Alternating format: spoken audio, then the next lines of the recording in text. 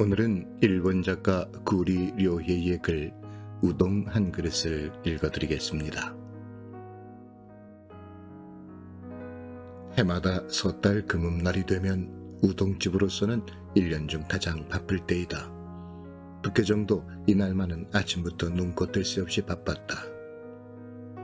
보통 때는 밤 12시쯤이 되어도 거리가 번잡한데 이날만큼은 밤이 깊어질수록 집으로 돌아가는 사람들의 발걸음도 빨라지고 10시가 넘자 북계정의 손님도 뜸해졌다. 사람은 좋지만 무뚝뚝한 주인보다 오히려 단골 손님으로부터 주인 아줌마라고 불리고 있는 그의 아내는 분주했던 하루의 답례로 임시종업원에게 특별 상여금 주머니와 선물로 국수를 들려서 막 돌려보낸 참이었다.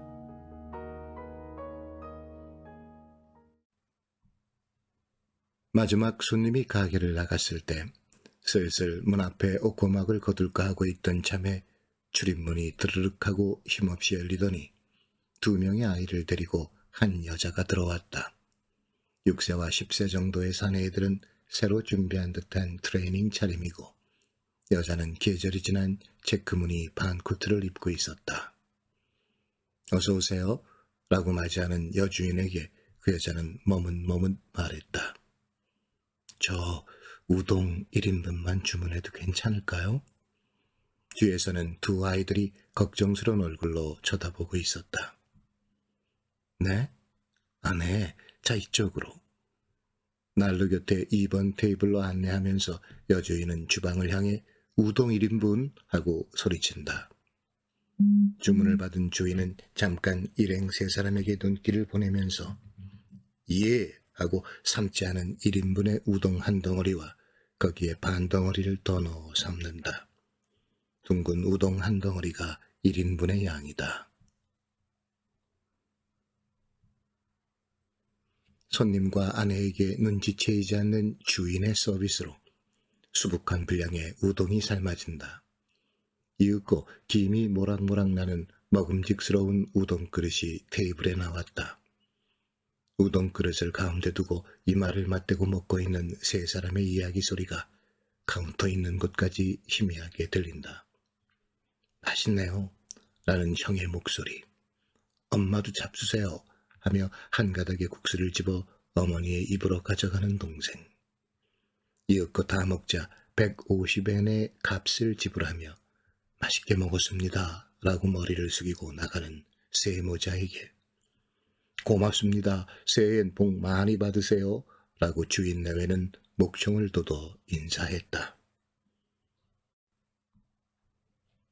신년을 맞이했던 북계정은 변함없이 바쁜 나날 속에서 한 해를 보내고 다시 12월 31일을 맞이했다. 지난해 이상으로 몹시 바쁜 하루를 끝내고 10시를 막 넘긴 참이어서 가게를 닫으려고 할 때 드르륵 하고 문이 열리더니 2사람의 남자아이를 데리고 한 여자가 들어왔다. 여주인은 그 여자가 입고 있는 체크무늬 반코트를 보고 1년 전 섣달 금음날의 마지막 그 손님들임을 알아보았다.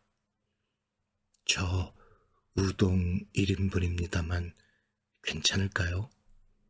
물론입니다. 어서 이쪽으로 오세요. 여주인은 작년과 같은 2번 테이블로 안내하면서 우동 1인분 하고 커다랗게 소리친다. 네, 우동 1인분 라고 주인은 대답하면서 막 꺼버린 화덕에 불을 붙인다. 저 여보 서비스로 3인분 내줍시다. 조용히 귀옛말을 하는 여주인에게 안 돼요. 그런 일을 하면 도리어 거북하게 여길 거요 라고 말하면서 남편은 둥근 우동 하나 반을 삶는다. 여보 무뚝뚝한 얼굴을 하고 있어도 좋은 구석이 있구려. 미소를 머금는 아내에게 변함없이 입을 다물고 주인은 삶아진 우동을 그릇에 담는다.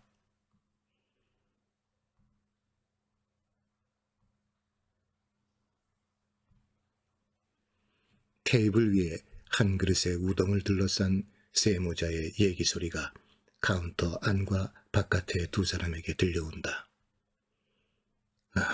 맛있어요. 올해도 북계정에 우동을 먹게 되네요. 내년에도 먹을 수 있으면 좋으련만. 다 먹고 나서 150행을 지불하고 나가는 세 사람의 뒷모습에 주인 내외는 고맙습니다. 새해 복 많이 받으세요. 그달 수십 번 되풀이했던 인사말로 전송한다. 그 다음 해의 섣달 금음날 밤은 여느 해보다 더욱 장사가 번성하는 중에 맞게 되었다. 북계정의 주인과 여주인은 누가 먼저 입을 열지는 않았지만 9시 반이 지날 무렵부터 안절부절 어쩔 줄을 모른다. 10시를 넘긴 참이어서 종업원을 귀가시킨 주인은 벽에 붙어있는 메뉴표를 차례차례 뒤집었다. 금년 여름에 값을 올려 우동 200엔이라고 쓰여져 있던 메뉴표가 150엔으로 둔갑하고 있었다. 이번 테이블 위에는 이미 30분 전부터 예약석이란 팻말이 놓여 있었다. 10시 반이 되어 가게 손님이 발길이 끊어지는 것을 기다리고 있었기나 한 것처럼 모자 세 사람이 들어왔다. 형은 중학생 교복, 동생은 작년에 형이 입고 있던 점퍼를 헐렁하게 입고 있었다. 두 사람 다 몰라볼 정도로 성장해 있었는데 그 아이들의 엄마는 여전히 색이 바랜 체크무늬 반코트 차림 그대로였다.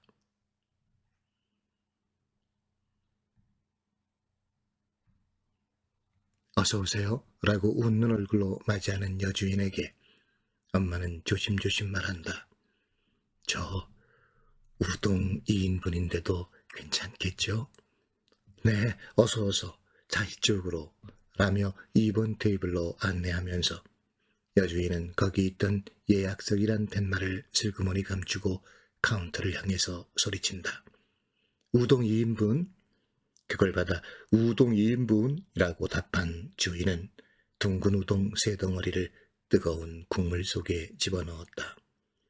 두 그릇의 우동을 함께 먹는 세모자의 밝은 목소리가 들리고 이야기도 활기가 있음이 느껴졌다.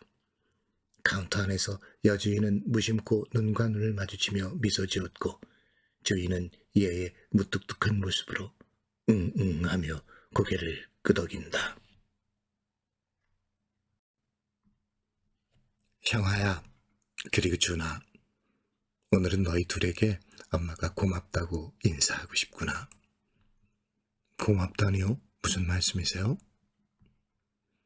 실은 돌아가신 아버지가 일으켰던 사고로 8명이나 되는 사람이 부상을 입었지 않니? 보험으로도 지불할 수 없었던 만큼을 매달 5만엔씩 계속 지급하고 있었단다. 알고 있어요. 라고 형이 대답한다. 여주인과 주인은 몸도 꼼짝 않고 가만히 듣고 있다. 지불 약속은 내년 3월까지로 돼 있었지만 실은 오늘 전부 지불을 끝낼 수 있었단다. 네? 정말이에요, 엄마? 그래, 정말이지. 형아는 신문 배달을 열심히 해주었고 준이 장보기와 저녁 준비를 매일 해준 덕분에 엄마는 안심하고 일할 수 있었던 거란다. 그래서 정말 열심히 일을 한 덕택에 회사로부터 특별수당을 받았단다. 그것으로 지불을 모두 끝마칠 수 있었던 거야. 엄마, 형, 잘 됐어요. 하지만 앞으로도 저녁 식사 준비는 내가 할 거예요. 나도 신문 배달 계속 할래요. 준이하고 나. 엄마한테 숨기고 있는 것이 있어요.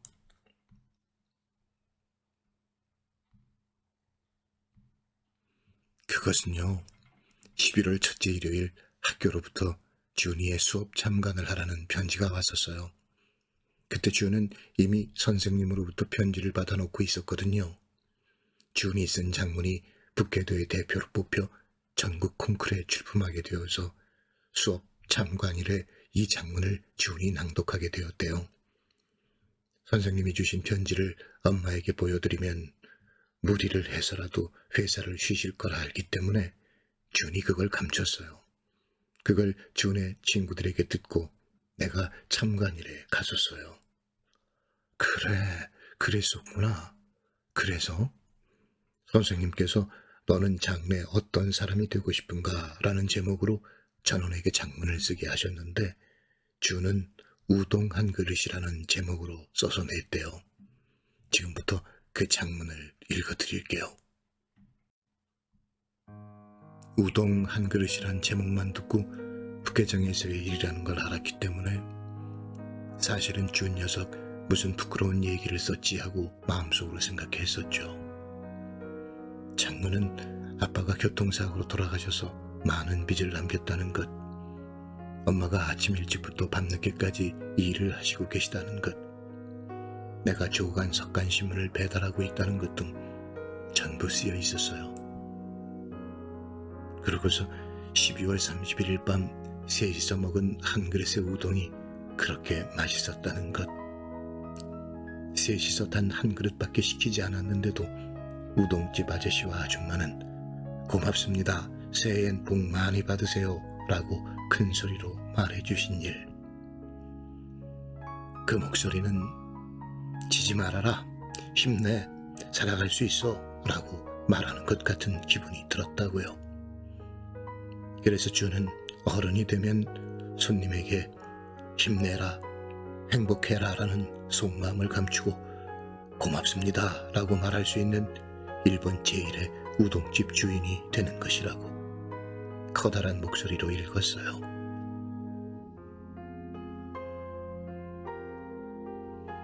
카운터 안쪽에서 귀를 기울이고 있을 주인과 여주인의 모습이 보이지 않는다. 카운터 깊숙이에 웅크린 두 사람은 한 장의 수건 끝을 서로 잡아당길 듯이 붙잡고 참을 수 없이 흘러나오는 눈물을 닦고 있었다. 장문 읽기를 끝마쳤을 때 선생님이 준의 형이 어머니를 대신해서 와주었으니까 여기에서 인사를 해달라고 해서, 그래서 형아는 어떻게 했지? 갑자기 요청을 받았기 때문에 처음에는 말이 안 나왔지만 여러분 항상 준과 사이좋게 지내줘서 고맙습니다. 동생은 매일 여러분에게 폐를 끼치고 있다고 생각합니다. 방금 동생이 우동 한 그릇이라고 읽기 시작했을 때 나는 처음엔 부끄럽게 생각했습니다. 그러나 가슴을 펴고 커다란 목소리로 읽고 있는 동생을 보고 있는 사이에 한 그릇의 우동을 부끄럽다고 생각하는 그 마음이 더 부끄러운 것이라고 깨달았습니다. 그때 한 그릇의 우동을 시켜주신 어머니의 용기를 잊어서는 안 된다고 생각합니다. 형제가 힘을 합쳐 어머니를 보살펴드리겠습니다. 앞으로도 준과 사이좋게 지내주세요 라고 말했어요.